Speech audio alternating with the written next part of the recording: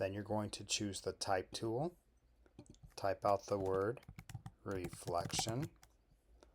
I would like to make mine bigger, so I click on the Selection tool and I drag a corner to make it look bigger. You can choose a different font if you like. With it big enough to see, I can go up to Edit, Copy, Edit, Paste in Front. Then I go up to Object, Transform, and I'm going to choose Reflect.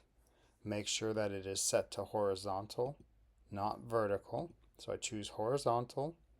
I click OK. I have this reflection. I need to break it apart.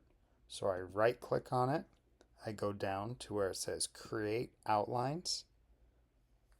I can now go to my window and choose Gradient. I want to make sure the Gradient panel is open. With the Gradient panel open, I click in the middle of the gradient bar. You can see here the gradient goes from black to white. I would like to rotate it so that it goes vertical from black to white instead of side to side. So I choose the angle. I choose 90 degrees. Here you can see the black connects with the word and it fades down to white. I'm going to move the white further down, further to the right. This is going to make it longer. And once I am done with that, I click off of it and there's my reflection.